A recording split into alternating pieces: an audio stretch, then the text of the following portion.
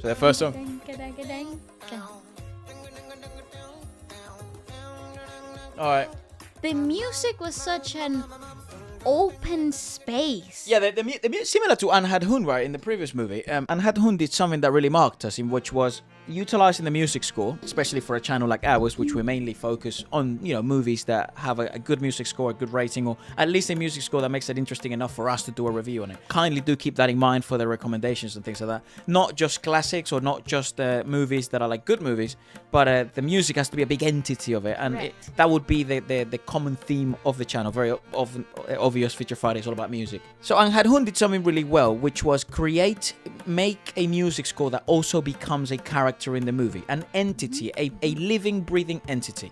In this movie, right, in TAMASHA, or TAMASHA, I don't know how to pronounce it. Yeah. It didn't necessarily do that, but it made it the fourth wall break of the movie, which was really interesting because only in moments of conflict was the conflict either him being completely fake or when he's decided to become a creative person. When there were moments of conflict, that's when the music flourishes the most.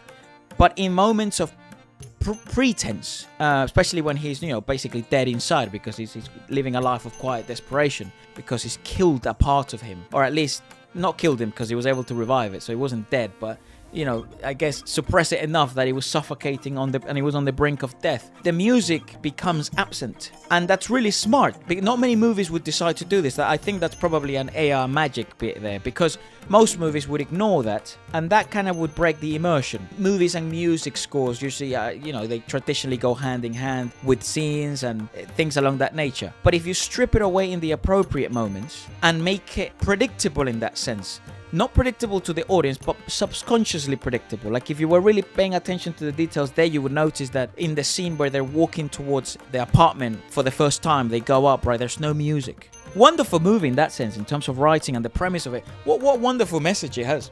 It's definitely phenomenal. I think in terms of like the artistic development and the vision and the concept, the construct in which it has been based, and how they managed to manipulate the timeline in ways that you were a part of the moving time jumps. And I thought that was such a brilliant essence, because playing with time in a film is Very always a difficult thing. You question many things, a lot of things get unsaid, a lot of things are left for interpretation, and I think there's a very small handful of people, directors, that are able to manage time jumps in films or in literature in a way that is satisfying for all of the audiences. In this particular case, though, you have incongruent timeline, because the incongruency of the character actually prevails, is the protagonist Yes. of everything else. And I think that is the focus of the film, the incongruency and the unhappiness that comes from not understanding yourself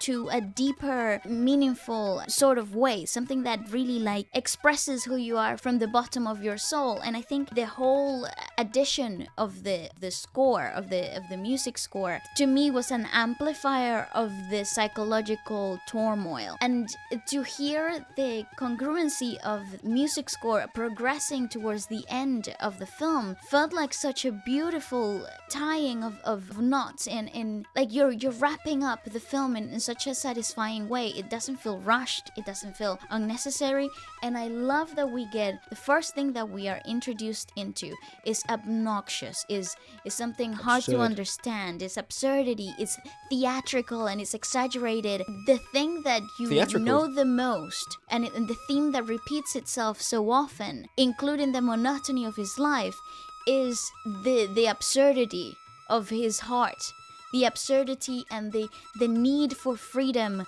of his soul. Very interesting movie. Very thought-provoking. Let us know what you guys thought about it. As Yeah. always, thank you so much for joining us. Thank you so much to all of our Feature Friday Club, Movie Club members. You guys not only allow us to keep doing this, but also what a wonderful community we're building in the club. Oh, definitely. One of the best bits is the comments and the fact that, we get a chance to reply to everyone and your thoughts and have discussions. I think we're building something really special within the community, and I think I'm so grateful for every Thank single you. one of you. So, and if you are not a member, make sure to come along. True, Subscribe. It supports the channel. It also, again, it's a wonderful thing. I hope to be a bit Addy and a bit sort of promotionally about it. But it really does mean the world to us. Thank you so much. There's so many of you now, so it means the world. Hopefully we keep growing and let us know what movie should be next. Yeah, And what I know we should do. K3G. KG3. KG3 is like, because K3G is a not different movie, right? Yeah. It's like a southern movie. Yes. But KG3 is like really, really requested. We're quite tight on time this week's. So, this movie was like perfect. It's like 2 hours and a bit perfect. And I think K3G is like 3 hours and a half. Plus the review would be here for like, 7 hours. So I hope you guys are doing all right. Please keep working towards your dreams. And thank you so much. There's a future.